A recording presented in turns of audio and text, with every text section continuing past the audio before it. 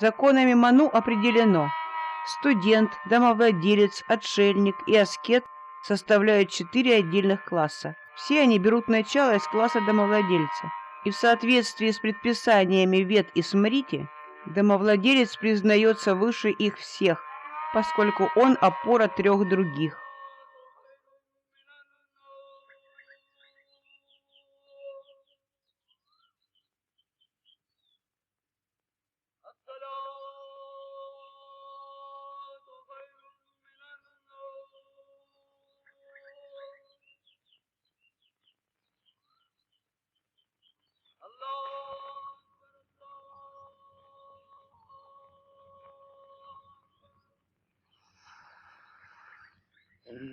Сладко спится, но пора вставать. А? Вставай! Совсем забыл. У меня кое-что есть для тебя в моем кармане. Иди посмотри. Там приглашение, иди взгляни.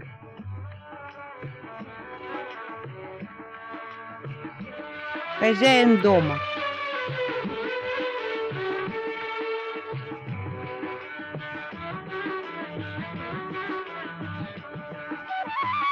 Где? В моем черном пиджаке.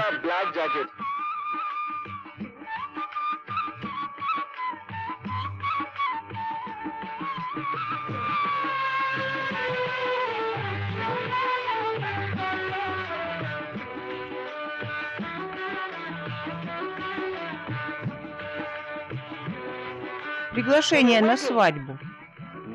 Господин Саханлал дал мне его вчера. На свадьбу брата в Михрауле. Мы поедем? Конечно. Сядем в автобус и поедем. Что мне надеть? Что мне надеть? Вот это выглядит неплохо. Еще чего? Розовое сари или голубое? И мои золотые сережки.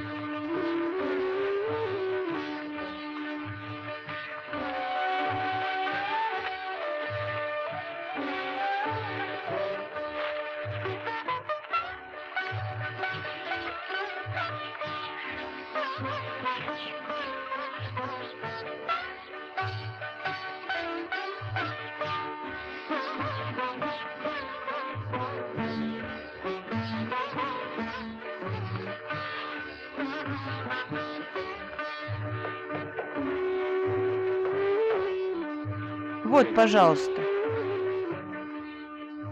Так красиво. Инду, ты хотела бы здесь жить? Здесь так тихо и красиво. Думаю, арендная плата невысокая. Вполне для нас экономно. А еще уныло. Так ты теперь горожанка с запросами. С меня довольно коров, полей и колодцев. Хочу видеть много людей, машин и автобусов. Пойдем.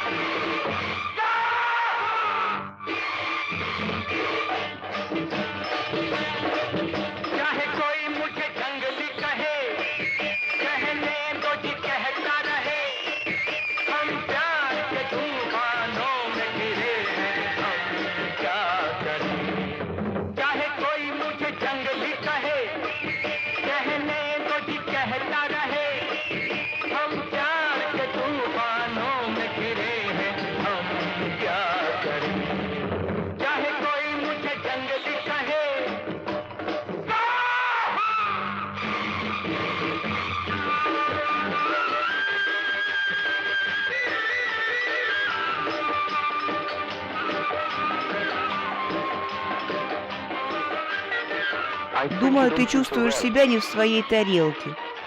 Когда я в прошлом году женился, мне тоже было не по себе. Знаешь, я думал, что мне делать с женой? Я сердился. Но все не так, как кажется. Не так, как ты думаешь. Только в начале, когда вы впервые остаетесь вдвоем. И постоянно не хватает денег. Столько беспокойства. И потом ты приходишь домой к своей жене, и она тебе даже не нравится. Ты ее совсем не знаешь. Как ты сможешь ее любить? Моя мама готовит дал совсем по-другому. Тебе следует поучиться у нее, когда она приедет.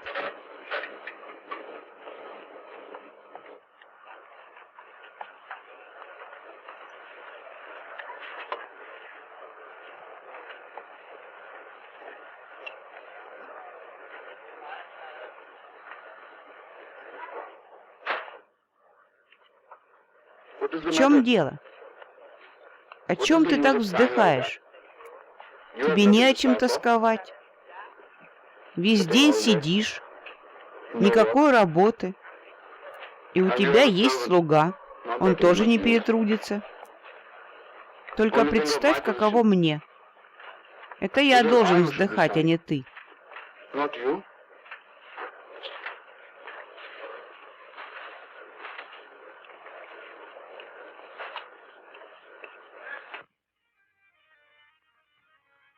Шутка ли преподавать в колледже?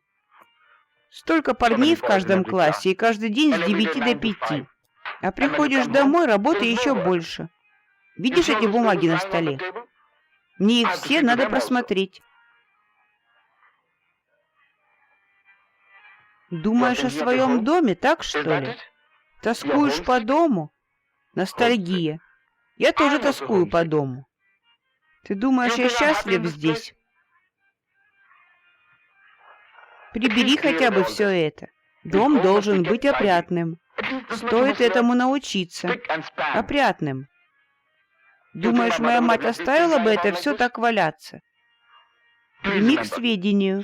Аккуратным.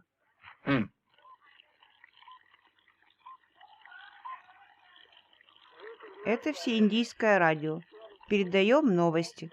Читает Памела Симс.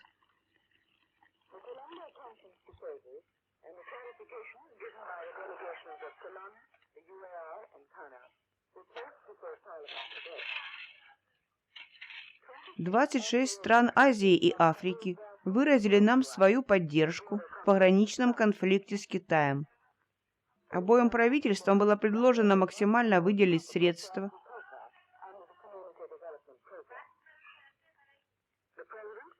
Президент вернулся в столицу после однодневной поездки в Калькутту.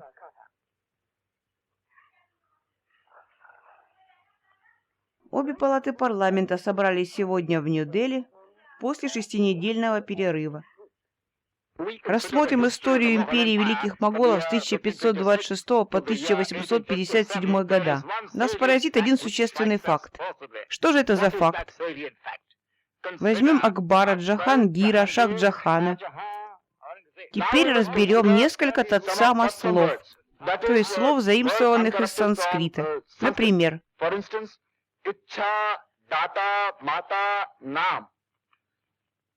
Картар Синг, какие вы знаете татсама слова? Никакие, сэр. Назовите вы нам несколько слов.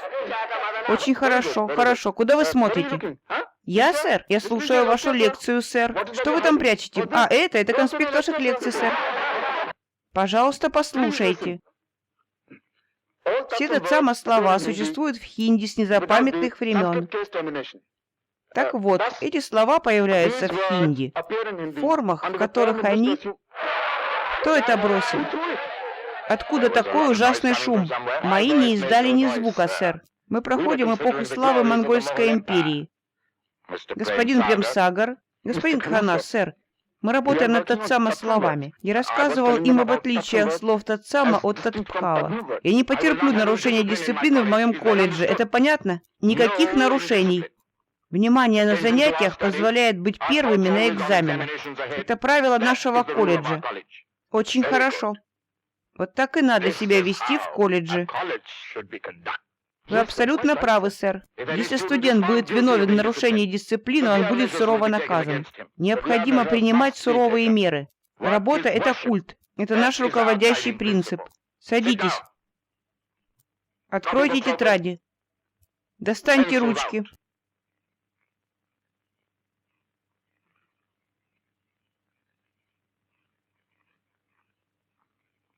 Корень нашего слова «маты» взят из санскрита от... Кто это бросил? А, это вы? Бросил что, сэр? Сядьте. Вы слышали, что сказал наш директор. Работа — это культ. Если вы будете проводить все время в играх, как вы сдадите экзамены, а?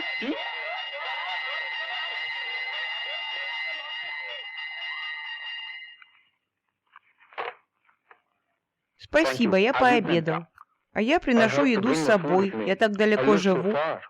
Да, в Михрауле путь не близкий. Я выхожу из дома в 6, а потом кручу педали, чтобы добраться сюда к 9. Может быть, есть колледж поближе к Михрауле? Не так легко найти работу в колледже. Да, мне очень повезло, что я получил работу в этом колледже. И то через друга своего отца. Мой отец был директором колледжа в Ангпуре, директором муниципального колледжа.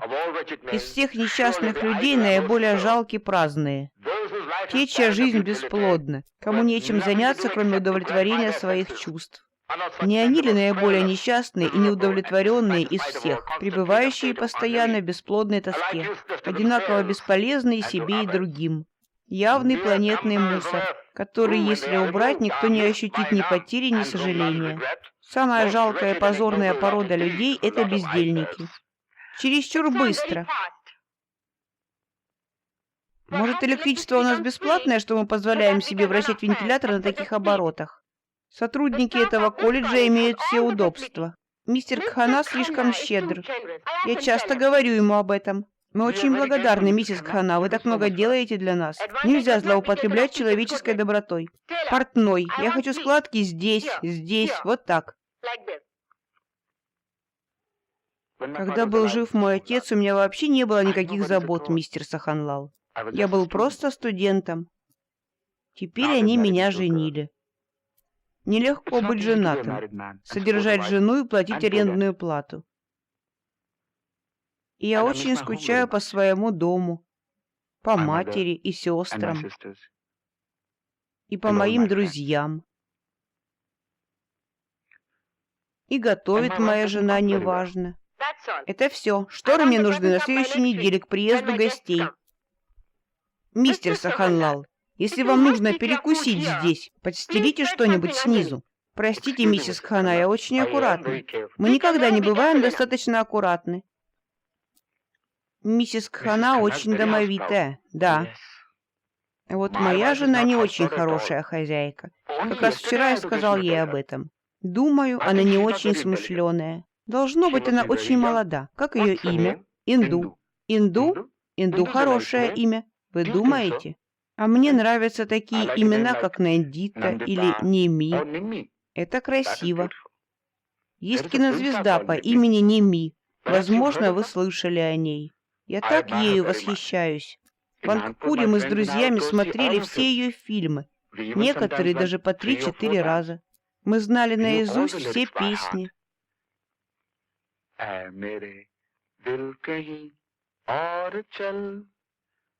गम की दुनिया से दिल भर गया ढूंढ ले अब कोई घर नया ऐ मेरे दिल कहीं और चल चल जहां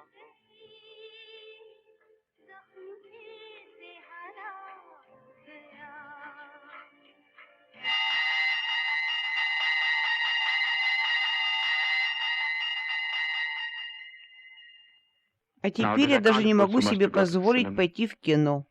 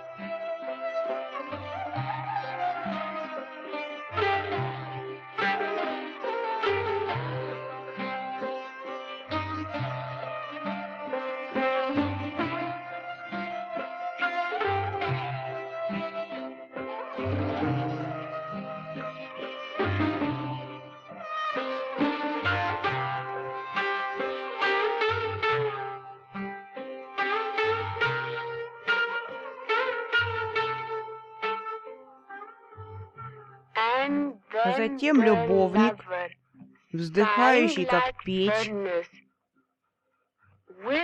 с балладой горестной в честь брови милой.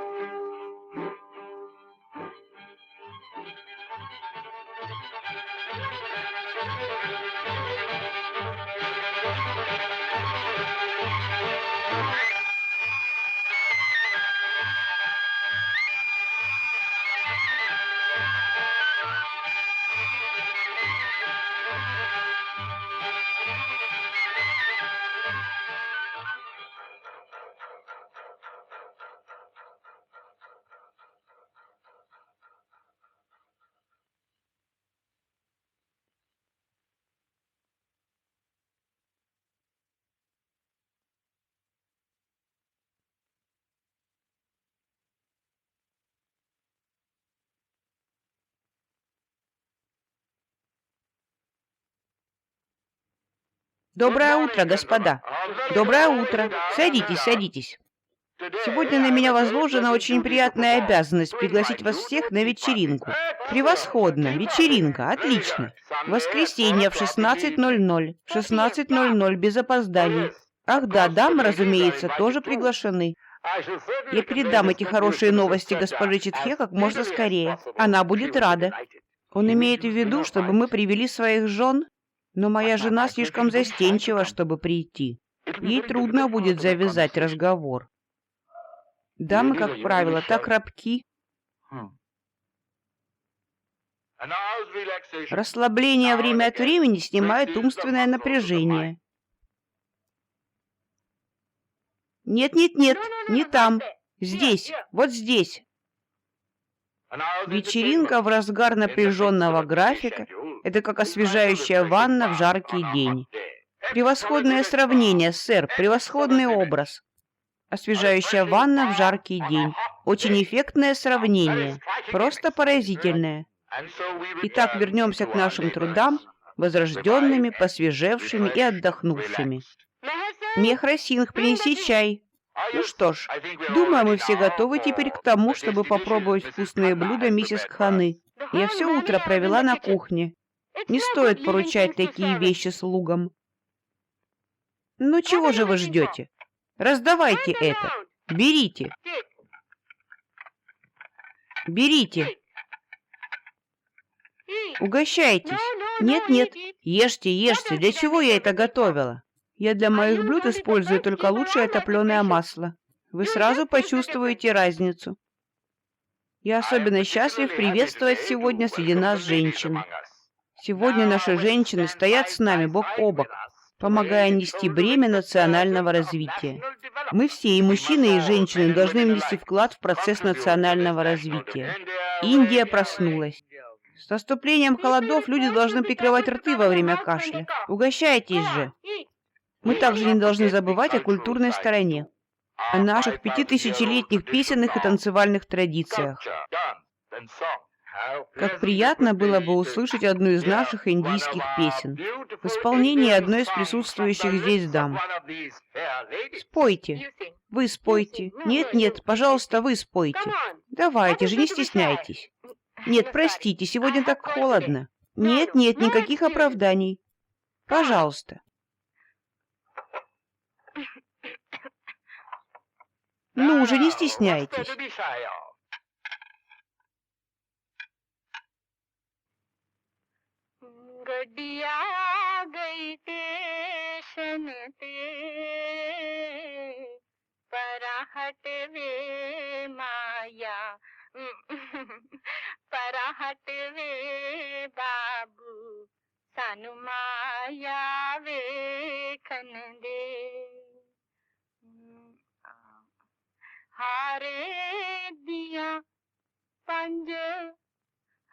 Ой, я забыла.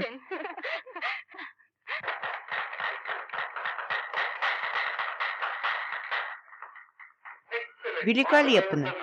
Музыка нашей страны льется прямо из сердца. Земля окрасилась рассветными красками, и очи небес розовеют. О, братья, и очи небес розовеют.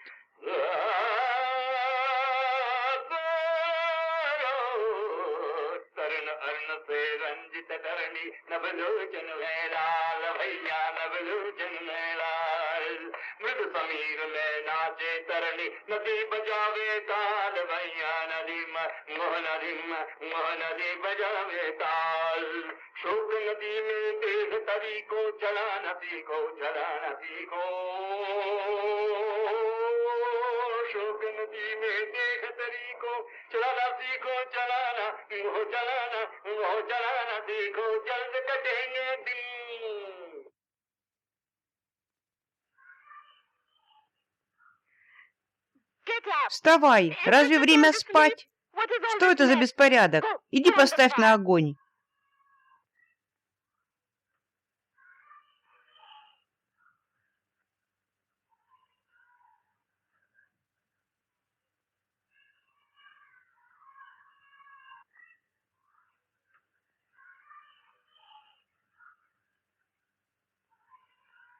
Можно войти? Да-да, входи. Садись. Располагайся поудобнее. Какой славный цвет.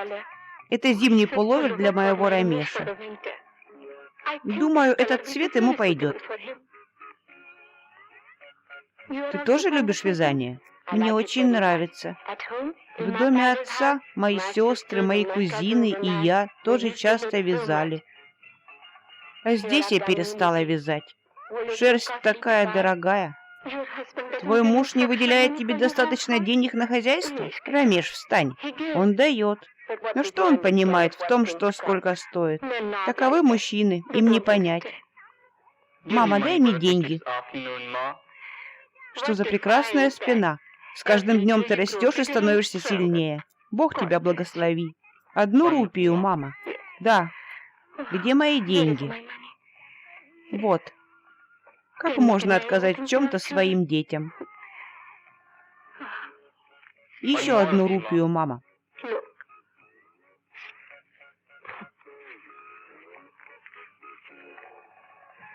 Моя мама точно такая же.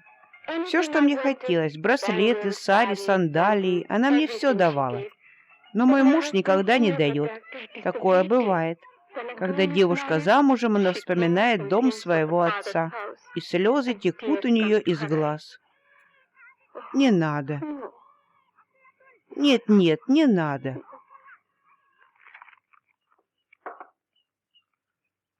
Почему гости миссис Ханы в нашей учительской? Очень жарко. У меня дома тоже очень жарко. Вентилятор сломан. Ремонт будет стоить 10 рупий. Как с этим разобраться при нашей зарплате? 180 рупий в месяц. Что это за деньги в наши дни? Я думаю, мы должны пойти к мистеру Кхане и попросить прибавки, чтобы содержать семьи. На мне, помимо моей семьи, еще семья моего брата. Он умер от лихорадки 3 года назад. 4 маленьких детей. Это ужасно.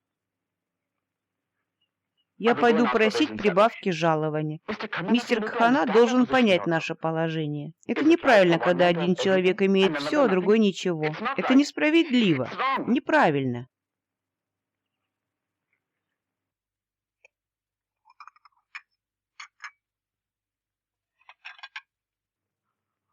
Входите, входите. Как видите, я наслаждаюсь своим завтраком. Очень важно начать день с хорошего завтрака. Выделение желудочного сока необходимо стимулировать, иначе кишечник забивается, и это ведет к расстройствам желудка. Аккуратнее с моим ковром. Его только что вернули из химчистки. И есть определенные правила физической гигиены, которые мы должны строго соблюдать. Только тогда мы можем развивать здоровый дух в здоровом теле. Плохо, когда по ковру ходит слишком много людей. В здоровом теле здоровый дух. Это идеал, которого мы должны придерживаться. Мистер Кхана. Сэр. Мистер Саханлал живет в Михрауле. Вы же едите, почему вы позволяете себе мешать? Это долгий путь, сэр. Он приносит с собой свой обед. Он должен выезжать из дома в 6 утра на велосипеде. Велоспорт очень полезен для развития мышц ног. Прекрасная разминка всегда доставляет мне удовольствие. Мистер Кхана, сэр, в шастрах говорится, лучше быть мертвым, чем бедным. Жизнь — тяжелая борьба, сэр. И обязанность тех, чья борьба легче, протянуть руку помощи тем, для кого она трудна. Очень хорошая мысль. Мне нравится слушать людей, вовлеченных в подобные философские споры. Я тоже интересуюсь этими вопросами. Учитывая множество глубоких мыслей... Дай мне мои туфли. Почему вы позволяете, чтобы люди приходили сюда? Жилые помещения руководства следует отделять от колледжа. Дайте хоть немного покоя. Молодому человеку полезно вникать в философские вопросы, держать свой разум свежим и активным для работы. Заберите-ка это полотенце. Повесьте его на ограду под моим окном. Спасибо.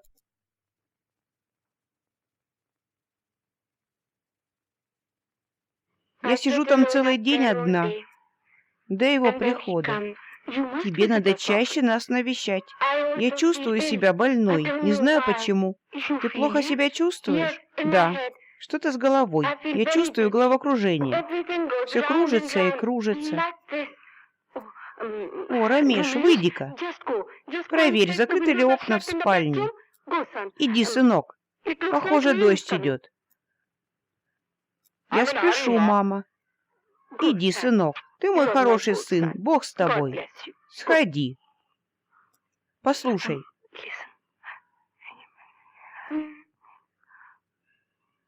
Я думаю, детка, тебе нужен женский врач.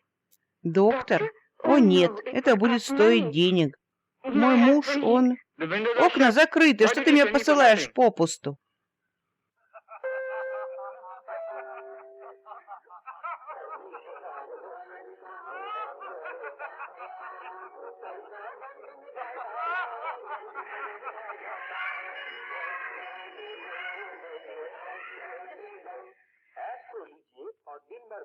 Сегодня я водила вашу жену к женскому врачу.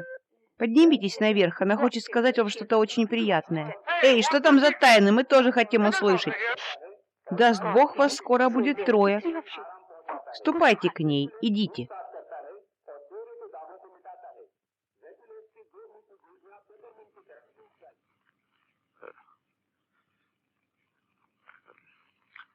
Это правда, что мне сказала миссис Сегал?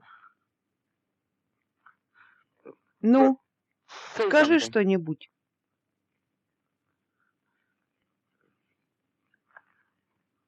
Но как я смогу содержать ребенка? Мне это сложно. Тебе-то легко. Никаких забот. Тебе все равно. Это не моя ошибка.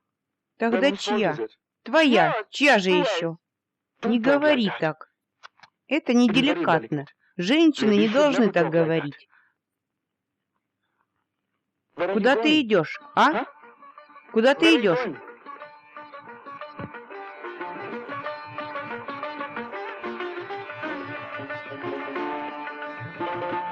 Принеси воды. Этот мальчик так и играет на улицах. Для него есть работа в доме? Нам не нужен слуга. Что ты говоришь? Тебе не нужен слуга? А кто же будет делать уборку? Ты же жена преподавателя колледжа. Ты очень невежлива. Разве так разговаривают с мужем?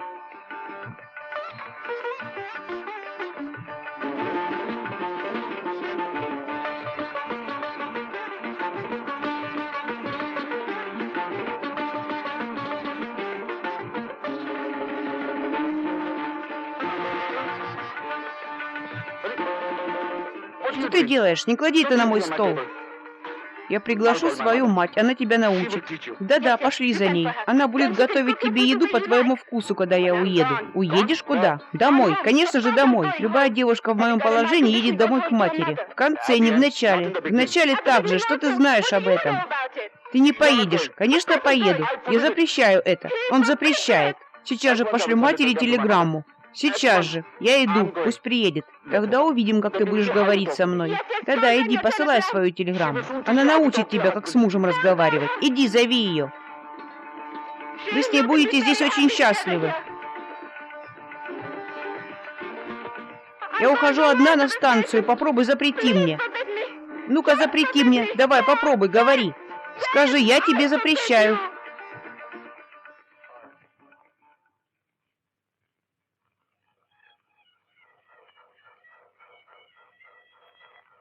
Я думаю, она должна уже получить телеграмму. Она собирает вещи.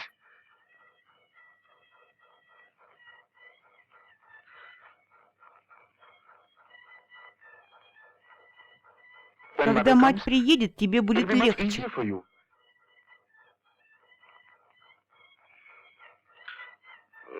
Я собираюсь теперь повидаться с Раджем. Ты знаешь Раджа.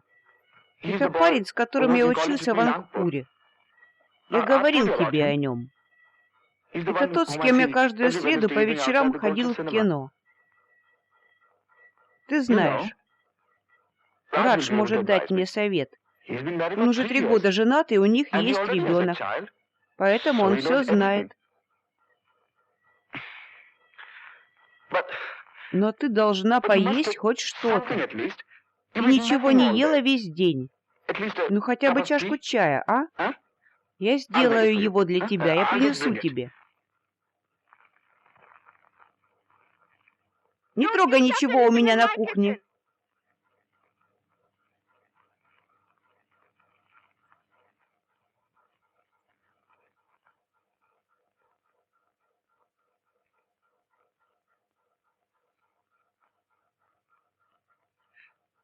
Ты должна хоть что-то съесть, особенно в твоем положении. Тебе надо пить много молока.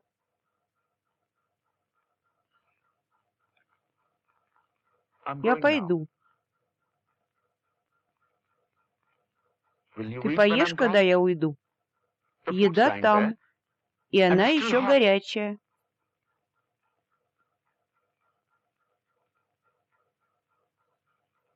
Хочешь, я принесу тебе что-нибудь с рынка?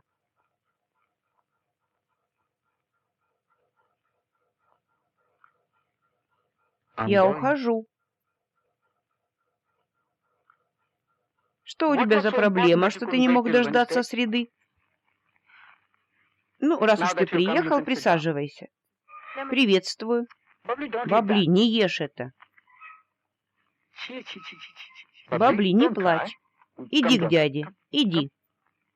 Она очень непослушная девочка, весь день надо за ней приглядывать. У тебя что, нет работы в доме? Крутишься тут, когда мы хотим побыть одни. Забери ее в дом. О чем он только думает? Женщины могут доставлять столько хлопот, их надо держать в узде. И детей тоже. Узнаешь, когда у тебя будут собственные. Как раз об этом я и пришел поговорить с тобой. Здесь молочник, он просит деньги. Скажи ему прийти в другой день, к чему меня беспокоить? Он говорит, что ждал уже достаточно долго. Все, что тебя ждет в женатой жизни, это забота о деньгах. На твой бит или сигареты они всегда есть. Деньги и моя проблема. Понимаешь? Моя жена ждет ребенка. А у меня очень маленькое жалование. Всего 180 рупий в месяц. Почему ты не попросишь прибавки? Мне как-то неловко. На государственной службе мы ежегодно получаем надбавку в 5 рупий. Я бы хотел устроиться на государственную службу. Не так-то легко стать чиновником. Ты мог бы взять бабли на прогулку? Я что, ей нянька?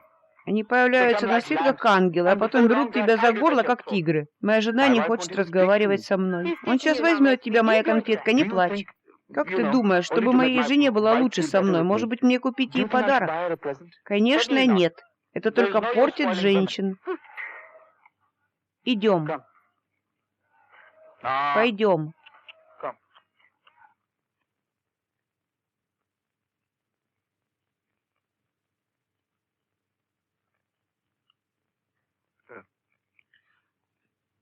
Как жарко. Почему ты не включаешь вентилятор? Он слишком шумный. Тебе не жарко с такими волосами? А что мне делать? Отрезать их? Нет, нет. Смотри, у меня кое-что для тебя есть. Не хочу. Только посмотри. Ладу. Ладу? Очень вкусные. На чистом топленом масле. Я не хочу. Только попробуй. Ну, хочешь один, а?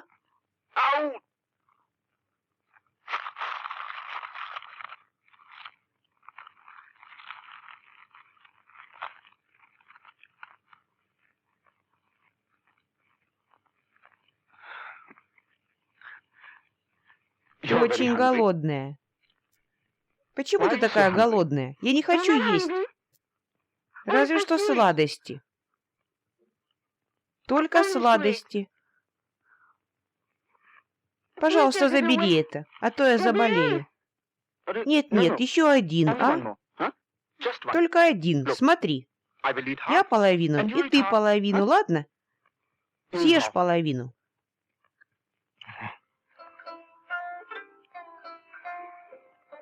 Ты не представляешь, как мне хочется сладкого. Мне постоянно хочется сладкого. Почему ты мне не сказала? Я бы принес. Я думаю, что женщины в таком положении, как я, хотят есть такие лакомства. Я слышала об этом. Да, это физиология. Это бывает с женщинами. Инду! Прем, братец! Для вас телеграмма.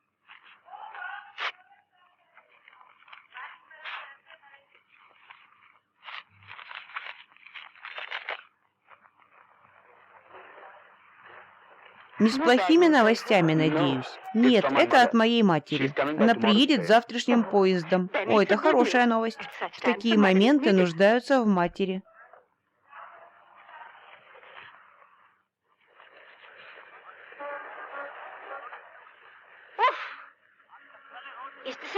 Это повозка или дробильная машина? Если что-то разобьется, то берегись. Я просидела в поезде 15 часов.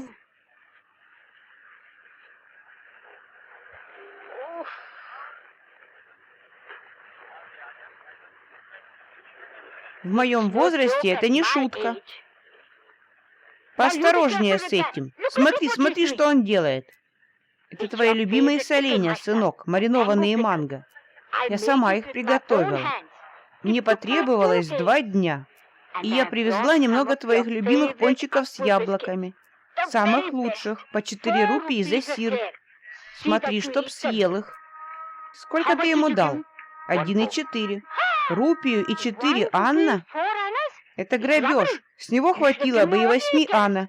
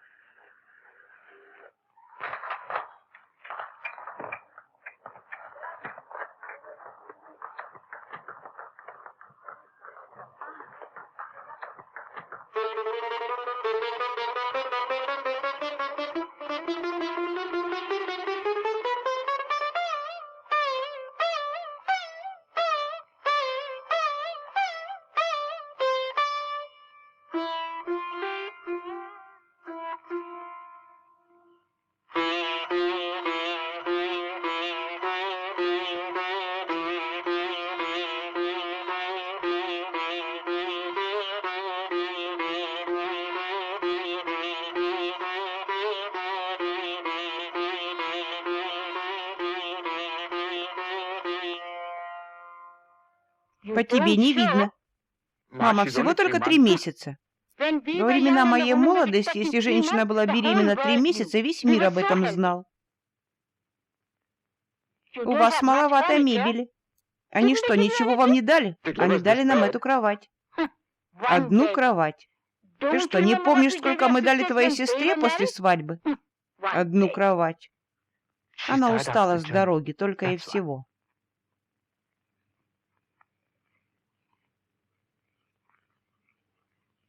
Поставь это там. Кто это? Ваш слуга? Не могу представить, чтобы он был чему-нибудь обучен. Он умеет готовить? Эй! Как ты готовишь мулики-роти? Говори быстро, а? Я так и думала. Ох, Рам, Хари Рам. Что ж, сынок, хорошо, что я приехала. Я наведу здесь порядок. Боюсь, ее семья ничему ее не научила толком. Я уже вижу, какая из нее хозяйка. Я полагаю, что она современная девушка. Когда они не могут вести хозяйство, их называют современными. Ты выглядишь щуплым. Бедный мой сын.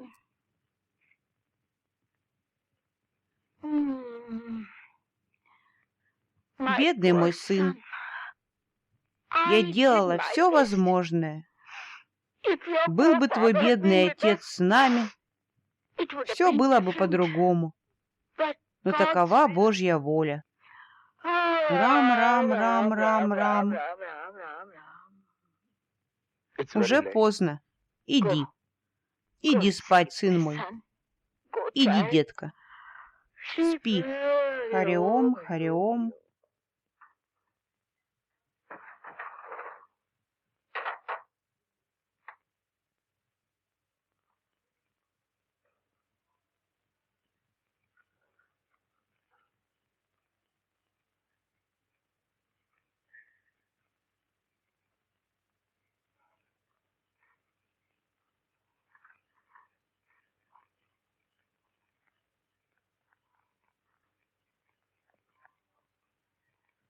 Сынок! Сын мой! Да, мама. Во сколько она будет готовить мне утренний чай? В 6 часов. Я хочу чай в 5, перед моей молитвой. Точно в 5. В 6. Разве это время вставать для замужней женщины? Где, по ее мнению, она находится? В раю?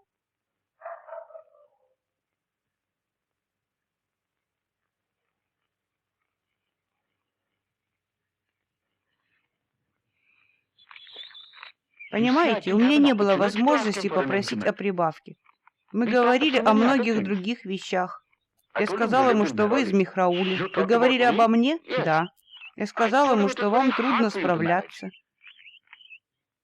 Но я попрошу. Мой отец всегда говорил, делай то, что должен делать, и делай это твердо.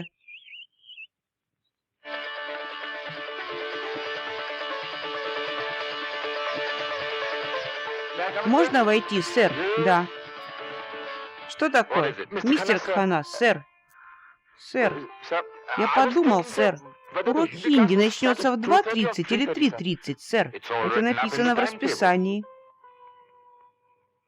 Мистер Кханас, сэр.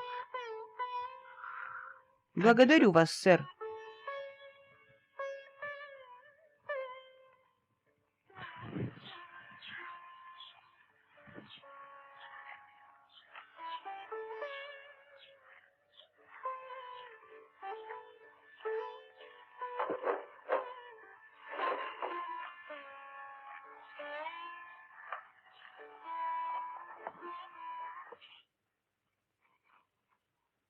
Видишь, мой сын, когда ему было 2 года. Никогда еще не было таких красивых мальчиков. У него были волнистые волосы. Целыми днями он кричал и звал меня: «Мама, мама», день и ночь. И когда я слышала его голосок, я все бросала и бежала к нему. Его отец говорил мне: «Ты его испортишь». А вот он, когда ему было 9 лет. Единственный мальчик после 3 девочек. Я расчесывала ему волосы и втирала в них масло.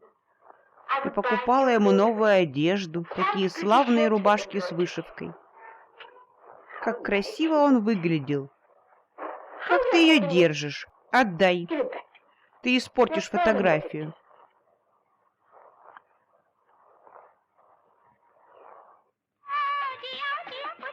Ты должен быть практичным в делах. Это что же, все, что есть? Я только о делах и думаю. Ты должен попросить снизить арендную плату. 80 рупий в месяц — это очень много. Я знаю.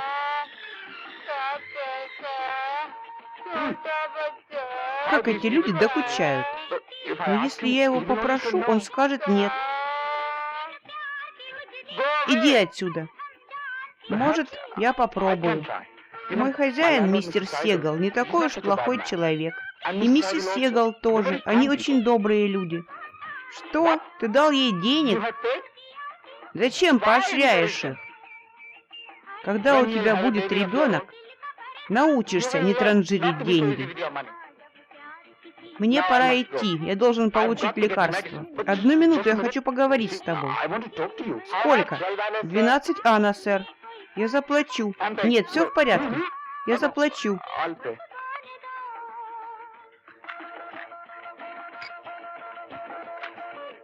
Опять ты заплатил. Это очень плохо. Пойдем. Но, может быть, поговорим еще немного? Понимаешь, я ведь уже сказал тебе. Мне надо получить лекарство и зайти в химчистку. Иногда ты бываешь очень нудным. Идем.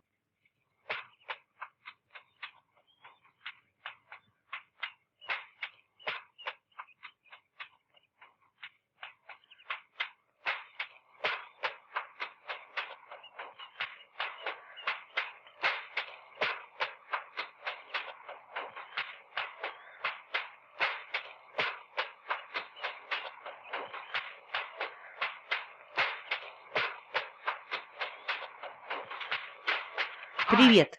Знаешь, что я делаю? Я приобщаюсь, я сливаюсь. Видишь, это небо, а это земля, а это я. Я во всем, и все во мне. Почувствуй меня. Просто почувствуй, вот. Понимаешь? Это космическая энергия. Потрясающе. Я имею в виду, где такие идеи могут рождаться? Только в Индии. Невероятно. Какое место? Гляди, что ты видишь? Это перст, устремленный от земли в вечность. Индия всегда указывает в вечность. Вроде того. Какая страна, какая мудрость, какое терпение. Верно, мы сделали большие шаги в нашем национальном развитии, в духовном развитии. Это главное. И вы знаете это с самого начала. У нас есть 5-летние планы, которые приведут нас к материальному прогрессу. Материальному. Вы сказали это слово, материализм. Вот что произошло с миром сегодня. Наши проекты производства стали быстро увеличат мощь нашей страны. Опять спит. А мой сын скоро должен прийти домой. Его еда готова? Все приготовлено. Посмотрела бы ты на меня, когда отец Према возвращался домой из колледжа. У меня все было готово заранее. Чистая сари, цветы в умащенных маслом волосах. Каждый день. Я словно невеста ждала его возвращения домой. Я работала и здесь, и там, и поглядывала в окно. Он пришел? Малейший шум. Это он? Он пришел. Иди принеси воды для чая.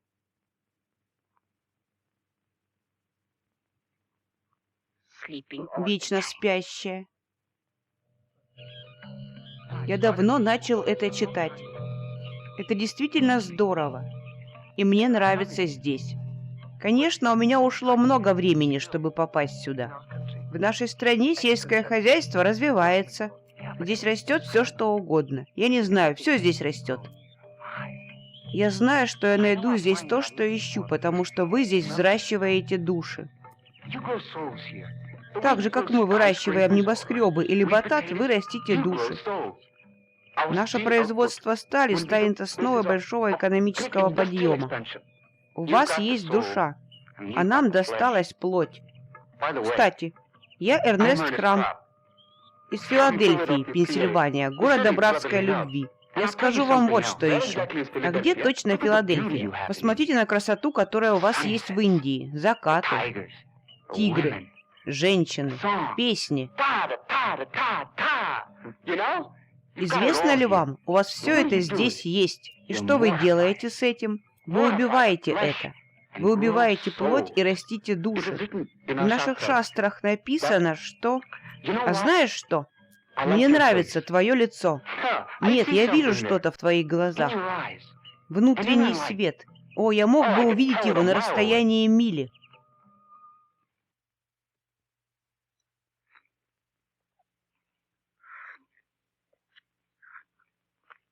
Ты только погляди на это.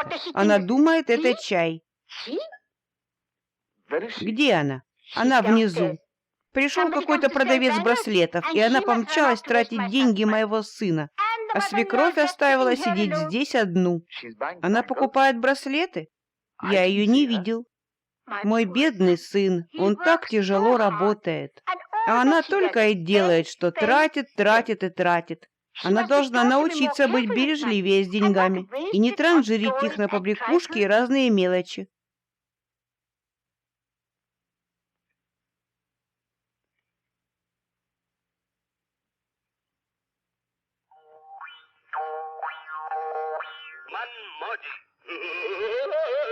जिसके हीरो हैं किशोर कुमार और हीरोइन है साधना। अमीन साहब फरमाइए किशोर साहब। हीरो हीरोइन की बात है, जरा सुर में कहिए ना ऐसे। एक था अब्दुल रहमान, एक थी अब्दुल रहमानिया, अब मैं हूँ एक। Почему ты оставляешь мою мать сидеть наверху одну? Вы поссорились? Я не ссорилась. А что мне делать? Это все она. Быстро принеси ей чаю. Куском хлеба попрекает. Жалко для свекрови. Это право свекрови. Нет больше чая, закончился. Она принесет еще.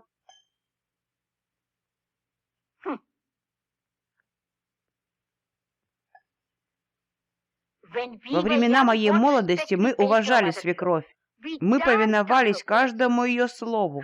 Да-да, те дни прошли. Мама, принести тебе самосов с рынка. Приноси их своей жене. Я не хочу. Слышишь, как она кричит?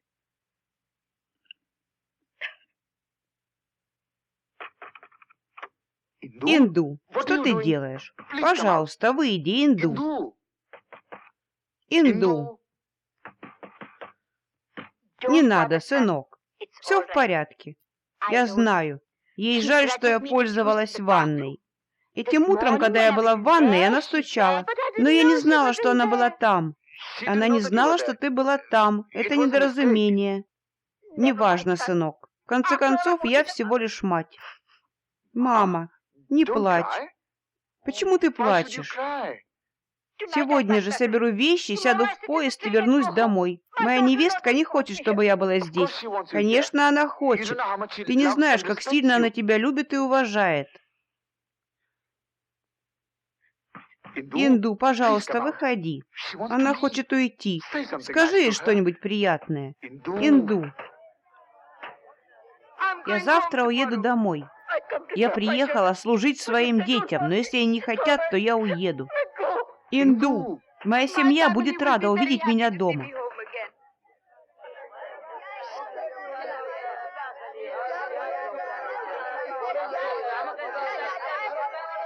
За 200 лет британского правления,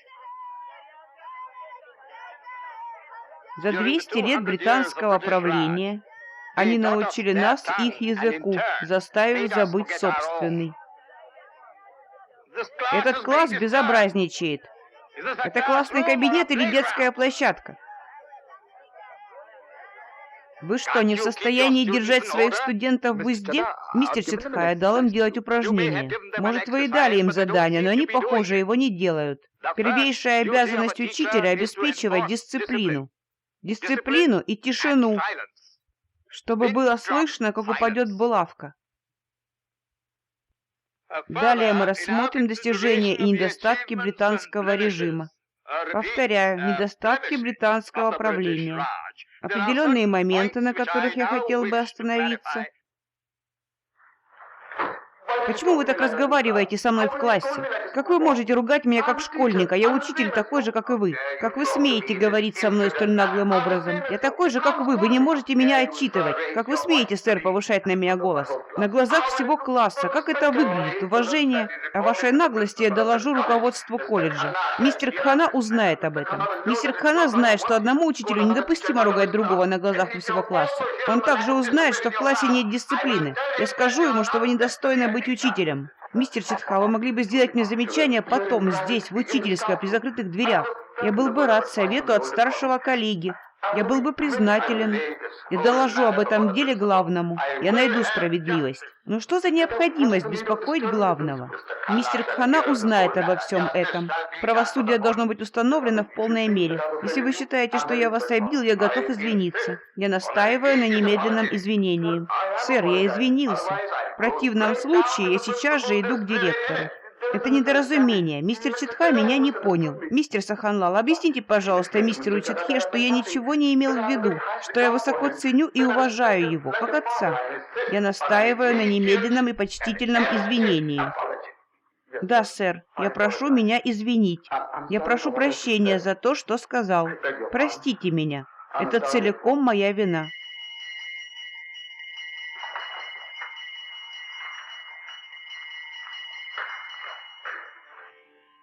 Китти, я привел гостя. Какой он славный. Разве он не милый? Что за прекрасные глаза. Как его зовут, дорогой? Прем Сагар. Ну разве не прелестное имя? Прем. Приятное имя. Оно означает любовь, не так ли? Любовь – это то, в чем мы все нуждаемся. Божественная любовь, духовная любовь, все виды любви. Не смущай его, Китти, он хороший парень. Я смущаю его? Я? Эрнест, ну что ты? Я ведь не смущаю тебя, дорогой. Никогда не будь застенчивым, всегда помни, что все мы части друг друга, части вечной сущности. Это же прекрасная мысль. Хотите номер, дорогой? Давай ты будешь жить с нами, Прем. Живи со мной и будь моей любовью, и все мы будем. Цитата из английской литературы. Хотите войти? Английская литература такая богатая. Я хочу, чтобы ты остался здесь с нами, Прем. Этот святой человек сказал мне 3 слова. Всего 3. Он сказал: «Эрнест Кампф, идем». Только это. Эрнест Кампф, идем. Это была фантастика. Иногда у меня появляются забавные мечты. Мне надо рассказать вам о них. Может быть, они что-то значат. Лучше этого не знать, Бобо. Можешь получить сюрприз. Какой йогой вы занимаетесь, дорогуша? Простите, мадам. Каким видом йоги вы занимаетесь? Хатха-йога, бхакти-йога, сати-йога. Это йога, та йога, одна из многих йог. Не думаю, что я. Да, но вы должны, мой дорогой. Мы все должны. Слушай, Прем, когда у меня появляется мечта, я не раздумываю дважды. Я знал, я упаковал чемоданы. Гудбай, Америка. Индия, я приехал. Я не знаю, почему кто-то хочет приехать в Индию. Мы так нерешительны. Давай добавим драйва. Кто она? Она настоящая индианка? Она живет по соседству. Я хотел дать ей знания, но она еще не готова. Она просто немного запуталась, только и всего. Но почему она в брюках? Смотри, она курит. Она курит сигарету. Знаешь что, Прем? Я думаю, что должен принять обет молчания. Я знаю человека, который это сделал. Он не произнес ни слова в течение полугода. Это хороший способ проверить, на что ты способен. В этом вся суть. Прошу прощения. Посетитель. Роскошно. Роскошно. Очень интересное строение головы. Анджанта, я бы сказал. Или даже Гупта. 6 век от Рождества Христова. Вы уверены, что не хотите чашку чая, дорогой? Очень интересно. Гупта. Подлинный. Ошеломляющий. Не обращайте на него внимания. Ничего. У нас здесь такая уютная компания. Мы все едины в нашем стремлении. Мы находим те же формы головы, те же особенности, одинаковые строения снова и снова. Люди умирают и погружаются в океан, а затем вновь рождаются. Непрерывность, монотонность непрерывности. как гул тампуры. Послушайте все, посмотрите на меня. Я могу танцевать твист. Я умею танцевать твист. Я могу. Где мама? Она пошла в храм. Инду, я познакомился с забавными людьми. С американцем и с мужчиной, который сказал, что я похож на статую. Я думаю, ты хлебнул лишнего. А еще там была девушка и дама. И если бы ты только их видела. Эта девушка была, как из комедии. Она танцевала вокруг нас и курила сигареты. Да, она пускала дым, танцевала и тряслась. И дергала ногами. Вверх-вниз, вверх-вниз, вверх-вниз. Вот так? Нет, не так. Да, примерно так. И вертелась кругами. И дымила.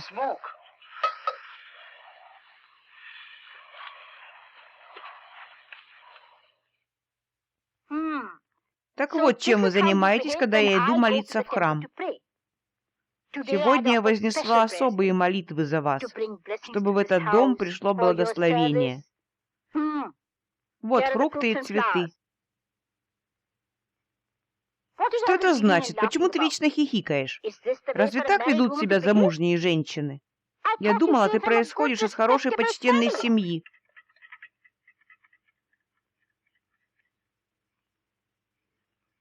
Ты не должен поощрять такое ее поведение. Она должна быть строгой. Она жена преподавателя колледжа. Ее свекор был директором государственного колледжа. Ты должен научить ее уважению. Она должна помнить об этом.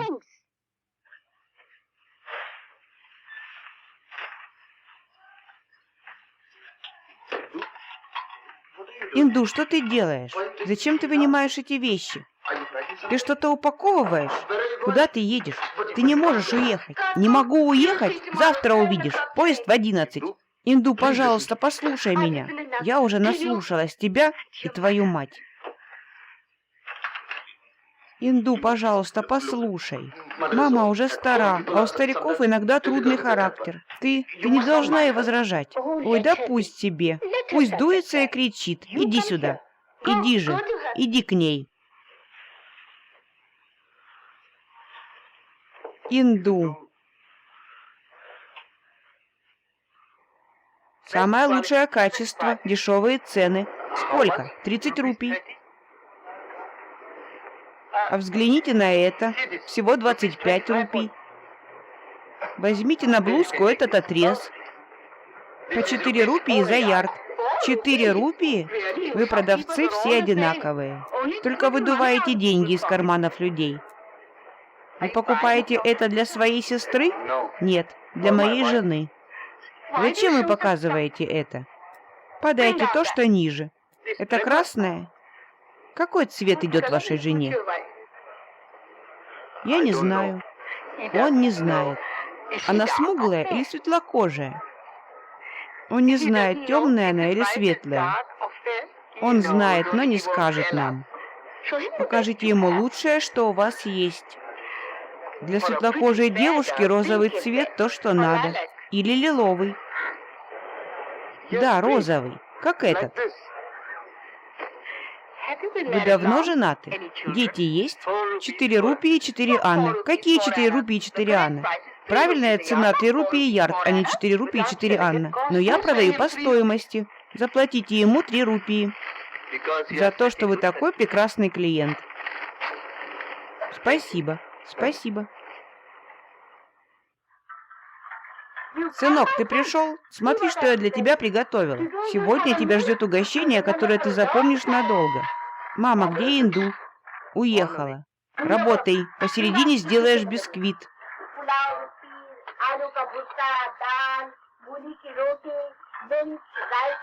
Все твое любимое. Подожди, пока попробуешь.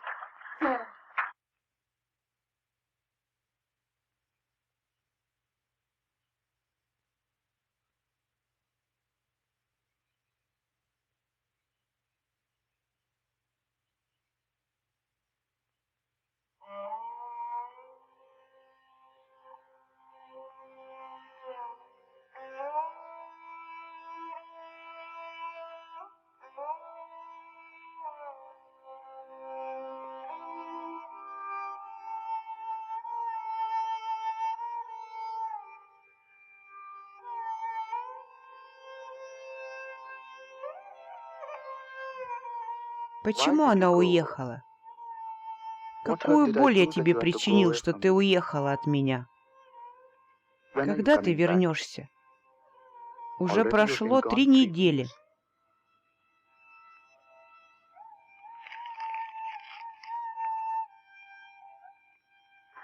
Сынок!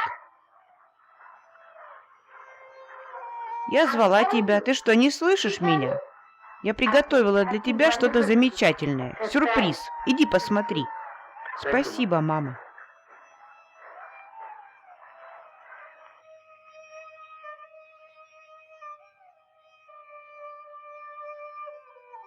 Знаешь, вначале я не беспокоился о ней. Но теперь я так по ней скучаю. Я знаю, что это плохо думать о ком-то так много. Но я ничего не могу с собой поделать.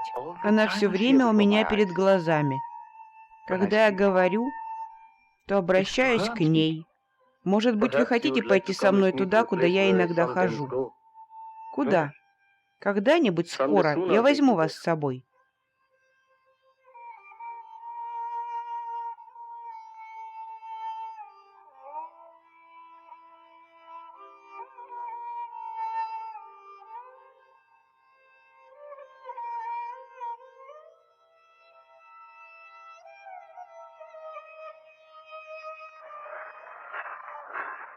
Это для нее.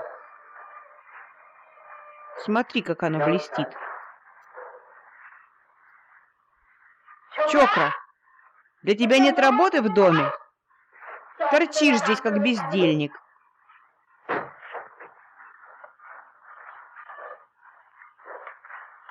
Вот, сынок, твой чай. Я ухожу, мама. Но ты только что пришел. Это очень срочно. Ну, хотя бы выпей чай. Мне надо повидаться с другом. С другом-американцем. Его зовут Эрнест. Иди, дитя, иди. Кто я такая, чтобы стоять у тебя на пути?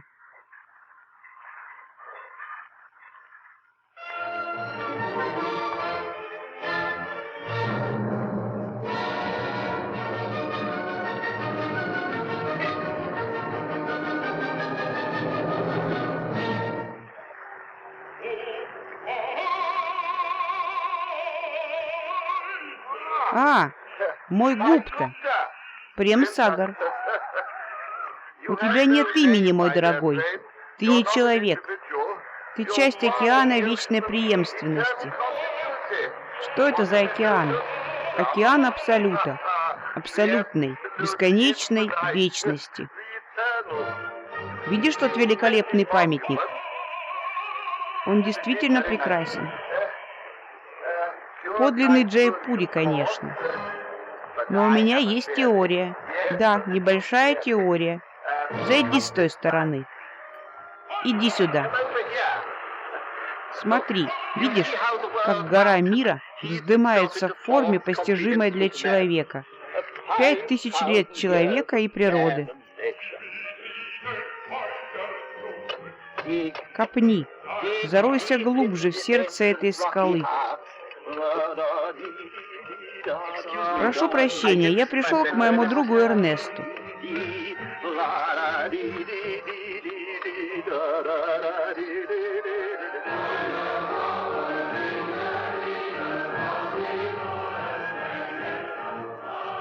А, привет, это вы? Хотите комнату? Я могла бы вам предложить жилье подешевле, если у вас туго с деньгами. А Эрнест здесь, я пришел к нему. Он медитирует. Это первый шаг, не так ли? Медитируйте. Концентрируйте разум. Позвольте вечной сущности постучаться в дверь. Однако не думаю, чтобы он возражал против вашего прихода. Он внутри, проходите. Спасибо. Вы уверены, что не желаете посмотреть комнату? Нет, спасибо. Прем.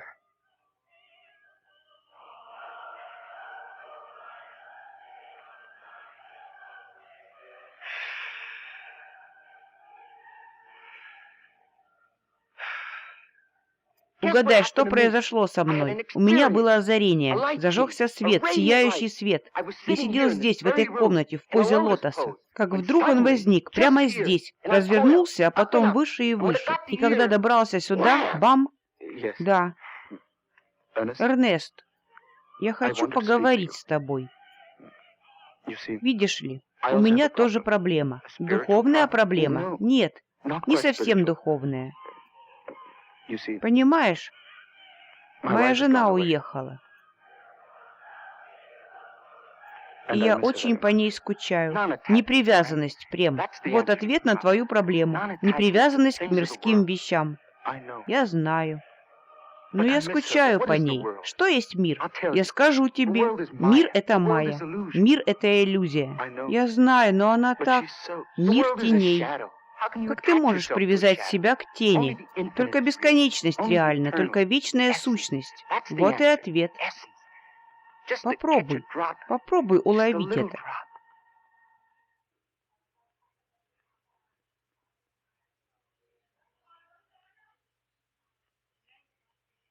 Писем нет?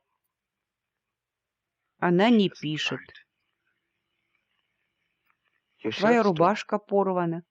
Когда она приедет, она зашьет ее тебе.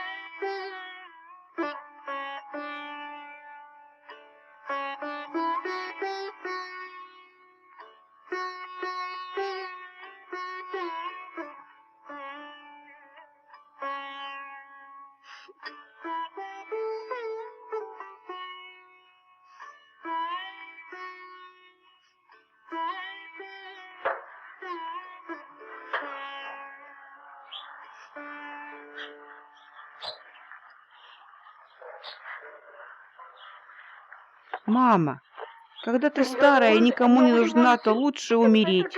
Мама, пожалуйста. В молодости все по-другому. У тебя есть твой муж, твои дети, твой дом. Но, мама, все это у тебя есть, и мы есть. Уши, Канта, Мохини и я. Твои сестры, благослови их Господь, все замужем. У них есть свои дома, свои мужья и дети. Зачем я им нужна? Они в тебе очень нуждаются. И я тоже. У тебя есть твоя жена, сынок. Разве жена может занять место матери? Нет, нет, нет. Твое сердце с твоей женой, сынок. Пусть так и будет. Это Божья воля. В старости приходится с этим смириться.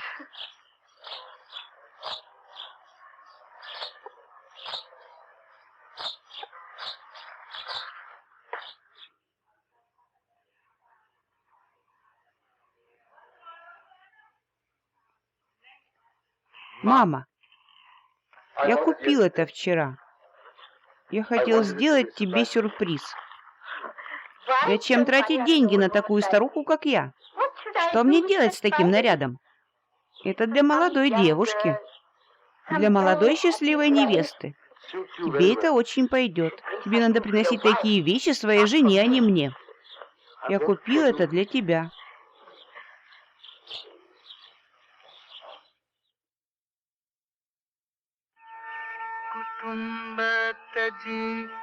शरण राम तेरी आयो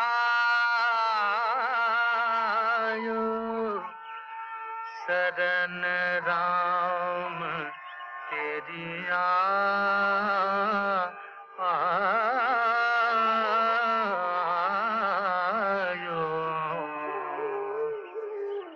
कुटुंब तजी शरण राम तेरी आयो ओ शरण राम तेरी आयो ओ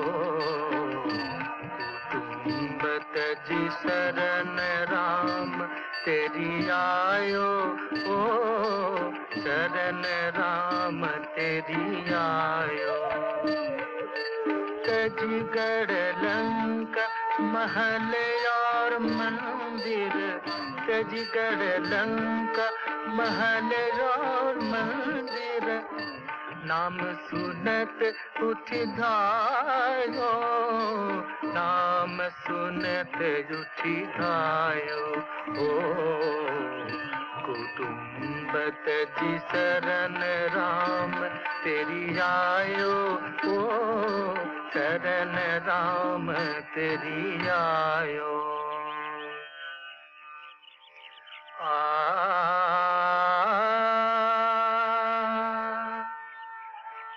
जन्म जन्म के मीते पराभव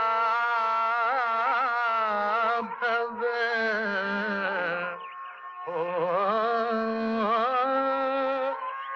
जन्म जन्म के मीते पराभव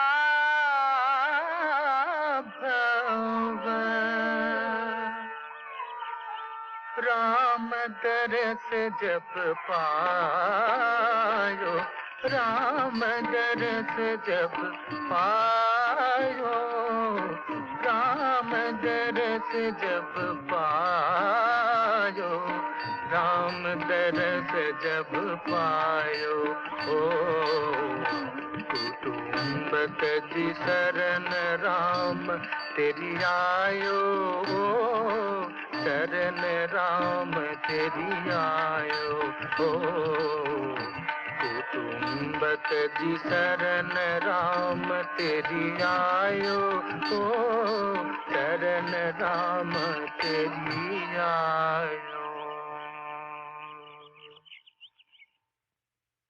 Ешьте, ребята, ешьте. Наслаждайтесь всем хорошим, что дано нам.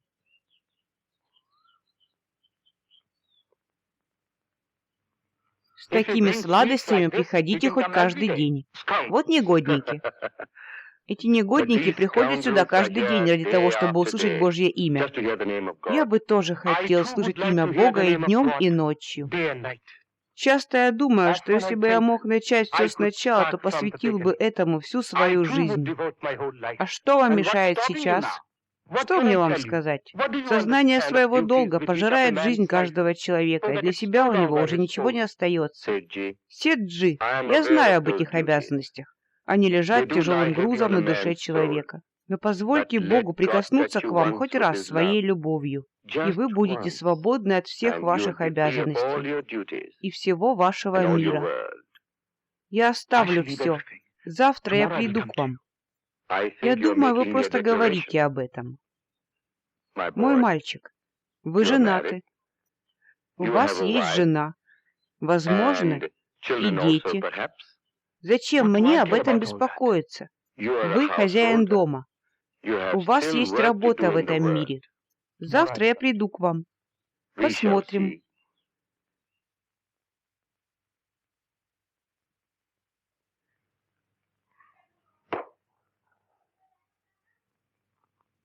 Привет, где пропадал? Я ходил с вами. Теперь я знаю истинный путь. Не так сильно. Есть только один путь. Бросить все и обратиться к Богу и молиться. Это верно. Сейчас люди пренебрегают своим религиозным долгом. Мы предоставляем нашим женам ходить за нас в храм и приобщаемся к святости их молитвами. Нет, мы все должны возносить молитвы. Мы все должны повторять Его имя. Лишь тогда Он придет к нам. Вы должны повести инду в храм. Вы должны пойти и сделать подношения для легких родов. Молиться можно везде, не только в храме. Сердце всегда должно переполняться молитвами.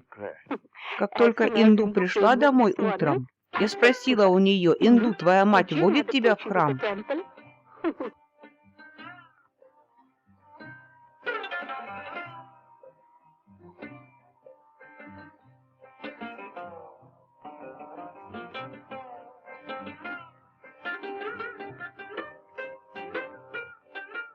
Хорошо доехала? Поезда переполнены. Иногда лучше быть в переполненном поезде, чем ехать одной в пустом вагоне. Было жарко?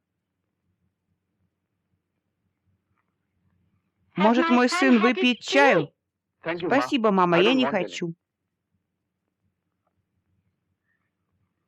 Инду, ты ела много сладостей дома? Помнишь тот день, когда я принес тебе ладу? Смотри, что мой сын принес мне. Смотри. Это очень красивый цвет. Он хороший сын. Он очень любит свою мать. Сынок. Да, мама. Я молюсь Богу о вашем здоровье и благосостоянии. Спасибо, мама. Мохини, я надеюсь, у тебя все в порядке. И у твоей семьи. И у твоей семьи.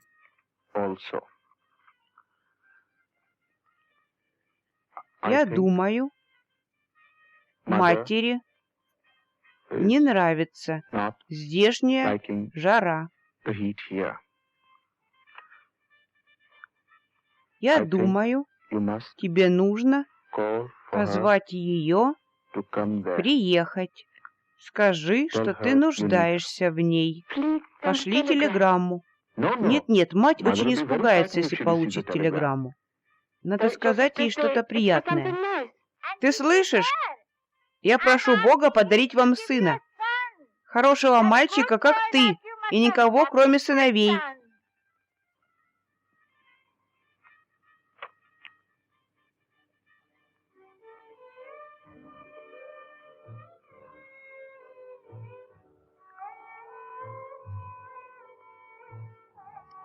Тебя это сильно беспокоит?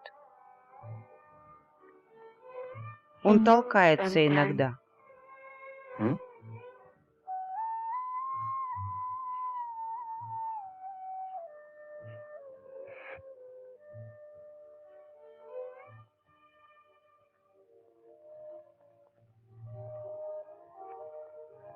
У тебя замученный вид.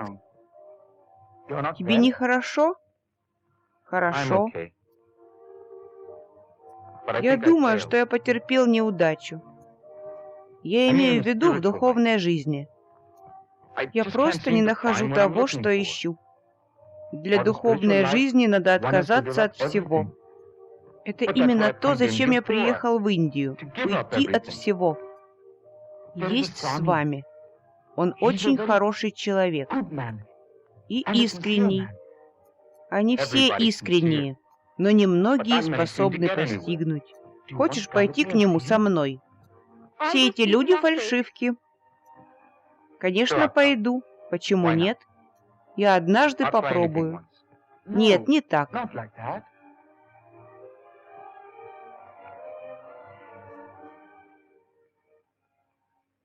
Знаете, жил когда-то человек. Просто хороший человек. Он был домовладельцем и жил с женой и детьми. Он очень их любил. Но он был вынужден тяжело работать, чтобы содержать их. И вот однажды он сказал: «Ох, я так устал. Вечно работа и работа. Такая тяжелая работа. И только для того, чтобы есть». В общем, он устал. И сказал: «Я оставлю мир». И он ушел в лес. И там была тьма. И много диких животных. Он шел дальше и дальше, и ему было страшно. Но он думал: если я пройду еще немного, я найду то, что ищу. И вот он заходил все глубже и глубже в лес. А потом увидел свет вдалеке. И он знал, что то, что он ищет, было совсем рядом. Но ему было страшно. И он сказал себе: «Не сейчас, не сейчас». Он подумал о жене и детях, и тоска по ним внезапно охватила его. Он развернулся, повернувшись спиной к свету, и побрел домой. Он пошел домой к жене и детям и продолжил работать, как прежде. Иногда он думает о свете.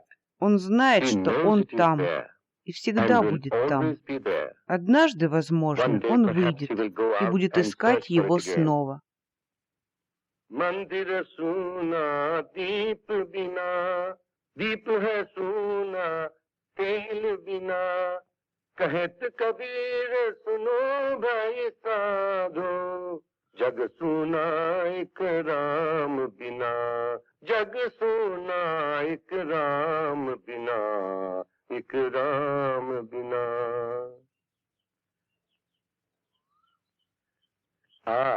Я вижу нового гостя. Он из Америки. Это мой друг. Я пойду с вами. Я собираюсь искать этот свет. Я брошу все. Все? Все.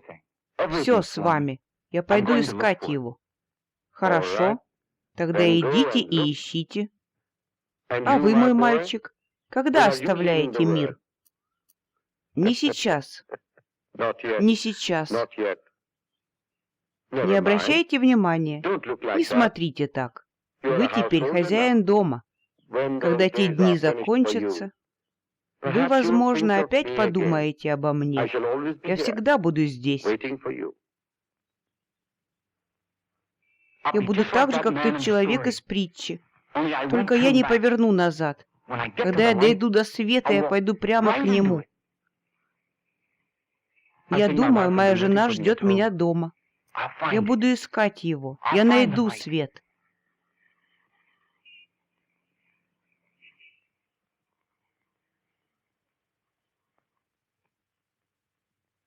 Она пришла. Что? Телеграмма, конечно. Принесли телеграмму?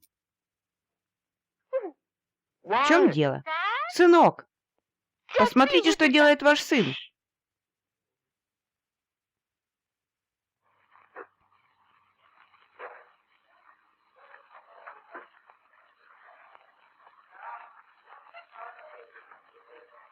Мама, что ты делаешь? Куда ты едешь? Погляди, что твоя сестра написала. Я должна уехать завтра утренним поездом. Пожалуйста, приезжай немедленно. У Нанды помолвка. Необходимо твое присутствие. Так ты уезжаешь? Что поделать, сынок? Ты же читал, что она сказала. Необходимо твое присутствие. Они не разбираются в таких вещах, как помолвка дочери. Ну, раз ты им нужна, то надо ехать. Прости, сынок. Я знаю, что тебе я тоже очень нужна. Я своими глазами видела, как я нужна в этом доме. Но она нуждается больше. Завтра я отвезу тебя на станцию. Нет, я могу и сама. Нет, мама, завтра у меня выходной. Зачем тебе беспокоиться? Я могу и сама. Нет, мама, как это будет выглядеть? Сколько ты заплатил ему? 4 анны. С него было бы довольно и 2. Не стоит так портить этих людей. Мой сын. Я гостила у него. Он женился несколько месяцев назад. Вы добры к нему. Похоже, поезд отправляется. Вчера я получила телеграмму от сестры этого мальчика. У ее дочери помолвка. Она написала мне: необходимо твое присутствие. Трогается. Я оставляю его с тяжелым сердцем. Думаю, пора вернуть чашки.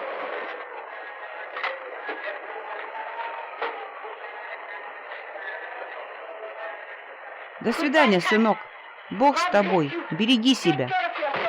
Не волнуйся, мама. Я буду молиться за ваше счастье. До свидания, мама. Вернусь, как только смогу. Да, я привезу с собой еду. Следи, чтобы она готовила еду как надо. Скажи ей, пусть готовит дал так, как я показала.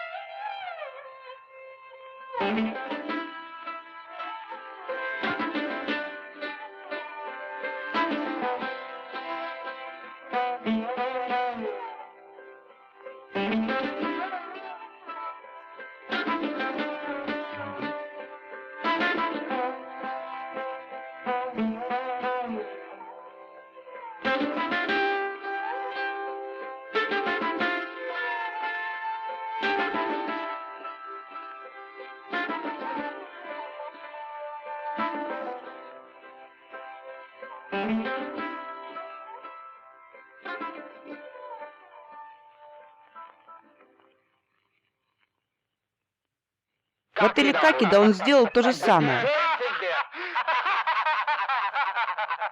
Вы из колледжа так поздно возвращаетесь? Да, теперь у нас занятия допоздна. Присоединяйся к нам. Нет, спасибо, я понятия не имею, как играть в карты. О, нет. Не пьешь, в карты не играешь. Как ты тогда проводишь свое время, а?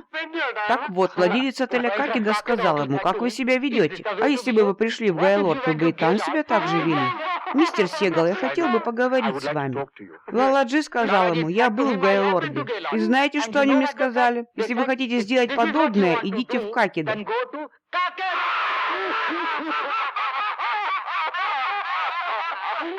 Если вы хотите сделать подобное, идите в Какида.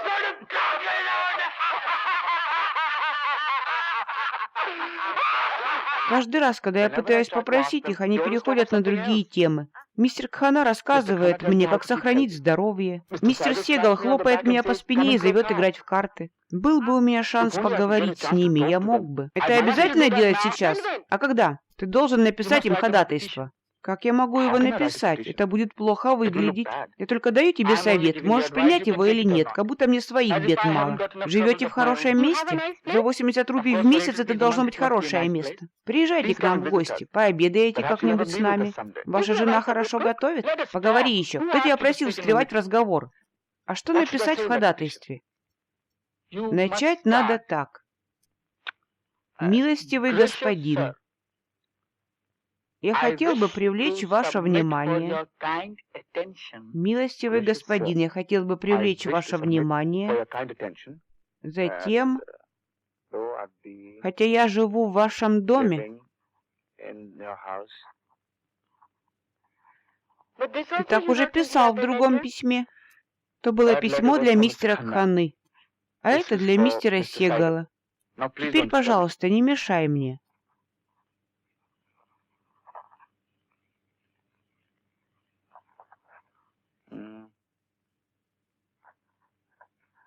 Эти мухи ужасные.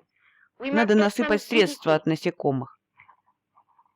Приношу вам свое почтение и уважение, которое приличествует старшим. Ваш покорный слуга Прем Сагар. Почему ты пишешь покорный слуга? Ты же не слуга. Так полагается писать. Какая ты глупая. Один ты умный. Дай мне 2 конверта. Каждый день, когда ее муж был в офисе. Каждый день с 2 до 4. И дети все это время были в доме. И более того, что вам угодно. Я принес это письмо. Положите здесь. Это для мистера Кханы. И мы должны с этим мириться. Эти люди все время приходят сюда, чтобы беспокоить нас. Дайте. Но это письмо для мистера Кханы. Пожалуйста, не читайте. Прекрасно. Вечно вы пользуетесь щедрым сердцем мистера Кханы. 180 рупий в месяц – это очень небольшая зарплата, поэтому я прошу о прибавке. Мистер Кхана и так их балует, они все равно просят больше. Жадность – тяжкий грех. Возьмите то, что Бог послал вам, и не гневите его, требуя большего.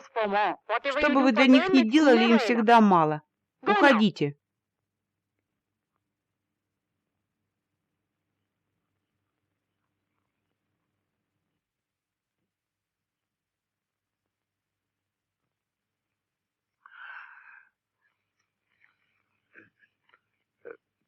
Мистер Сегал, я принес вам это письмо. А? Письмо для вас, мистер Сегал. Письмо мне? От кого оно? От меня. От тебя мне? Прекрасно, прекрасно. Садись. Это приглашение? Может, на вечеринку?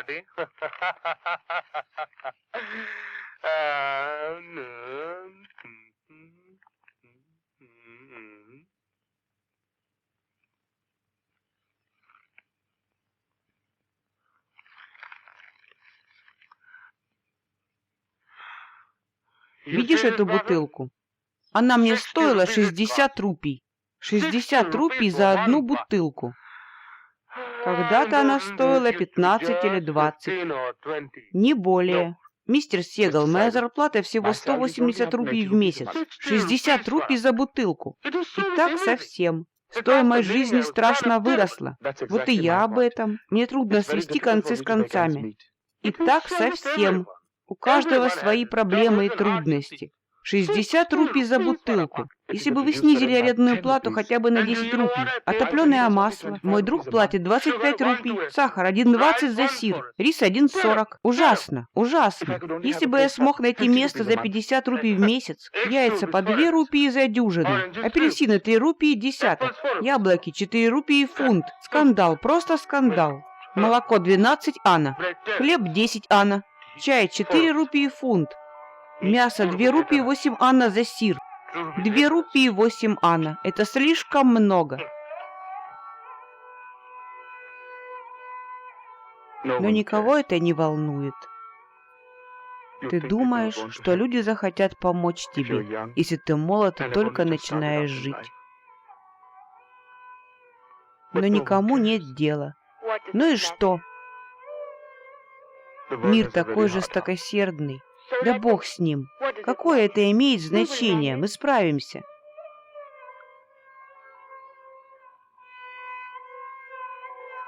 Ты плачешь. О чем же тут плакать? Пусть они все катятся. Есть ты и есть я. Не надо. Улыбнись разочек. Только один раз.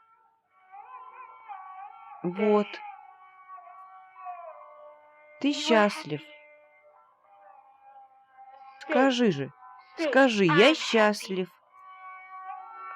Я. Конечно, ты. И я тоже.